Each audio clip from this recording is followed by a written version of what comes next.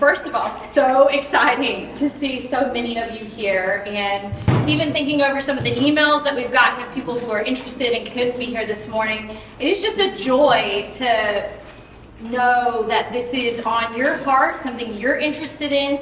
And so as we were meeting and talking about this, we were kind of discussing why are we saying mentorship versus discipleship, which discipleship is definitely a word you hear in Christian circles, and simply put would be a disciple making disciples, a follower of Jesus coming alongside another follower of Jesus and helping them follow Jesus.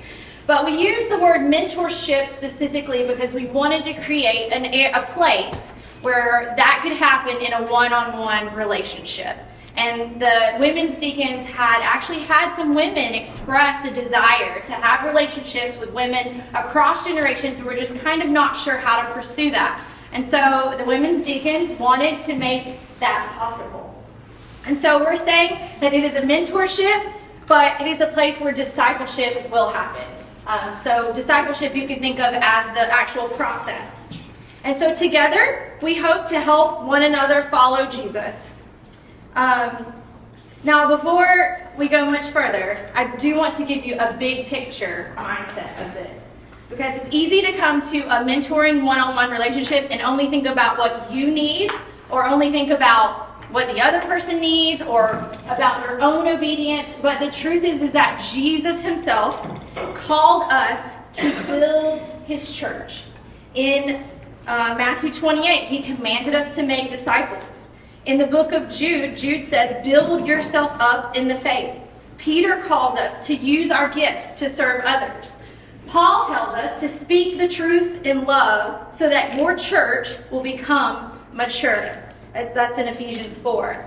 And then in Titus 2, we see that these relationships are supposed to span generations and experiences. When Titus tells older women to teach the younger women to love their children and husbands, to be self-controlled, pure, and kind. And so we hope that we could create a place where those things could happen, not only to build you up to be more like Christ, but to benefit the church as a whole. I know that this is already happening at Creekside. So this program is not to say that this is not happening and it can only happen in the realm of this. But I have been in a place where I have been desperate to have that kind of relationship and have had women say, I'm too busy, or I can't do that right now, or I'm not equipped. And so we wanted to take some of those difficulties out and pair people together who were ready and willing to do something like that. And so before we go any further, I'm going to give you a few specifics, but there will be more to come, so you'll probably have a lot more questions. But no, we're going to keep talking about these. But just so you can be thinking if this is something that is right for you right now, we're asking that you would be able to commit for 6 months. Our hope is that you would continue to meet with your partner after that if it works for you.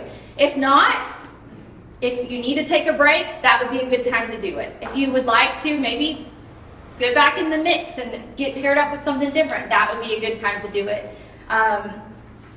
We would ask that you would be able to meet at least twice a month, and that you would check in closer to weekly. We also ask that mentors be in good standing members at Creekside. And the reason for that is that when you enter into membership at Creekside, the elders are actually hearing your testimony and making sure you are indeed a follower of Christ. I also would encourage you to think of this as an opportunity to share your life with someone. An opportunity to be around someone when they're doing daily life and not just we have to go get coffee and have this 1 hour block. So I would encourage you to vary your meetings, thinking of it as an opportunity to do life together. There's one more thing I needed to say about that. Maybe it'll come to me later. Specifically for if you're thinking of becoming a mentee, I want to encourage you that this is a two-way relationship. I'm sure you'll hear from some of the women in the panel that they are equally as blessed by the people that are called mentees, as they even think that they could bless them as being a mentor. So please make sure that you're reflecting questions back. When she asks you how you're doing, you check in with her. When she asks you what has been tough this week, you ask the same. When she prays for you, you pray for her. And it's okay for the mentee to say, I'd really like to get together with you this week, if you had not already heard from your mentor. It's a two-way relationship. And then I wanted to say specifically to the mentors, the number one thing that I think we hear is that a mentor feels not equipped. And I just want to encourage you, if you're thinking about mentoring, that this is not about coming to the table with all this Socrates-like wisdom. It's about letting someone watch you wrestle with life as a Christian. It's honestly not about all of your strengths that you bring to the table, but letting someone watch you wrestle with your weaknesses. That's where they will learn the most. And so, to do this, one more thing, we are offering support in case you do feel a little under-equipped or a little nervous. And our support in this program will be to take an application and pair you with someone who we prayerfully consider to be a good fit for you. And then we will offer support in the form of a steering committee that will be available to provide periodic trainings and answer questions and check in with you through the process.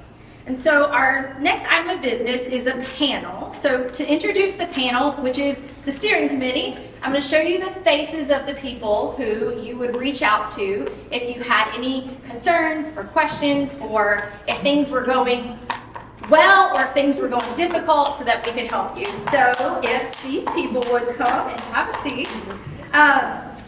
They are Deborah Guerin, Peggy West, Kathy Grantham, and then Ellen Hargrave is not here today, but she's also in the steering committee.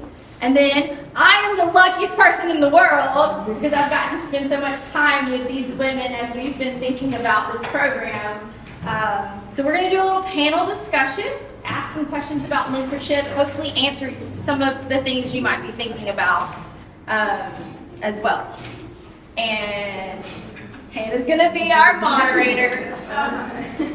Make sure we don't get out of control. Do you want to sit here? Yeah.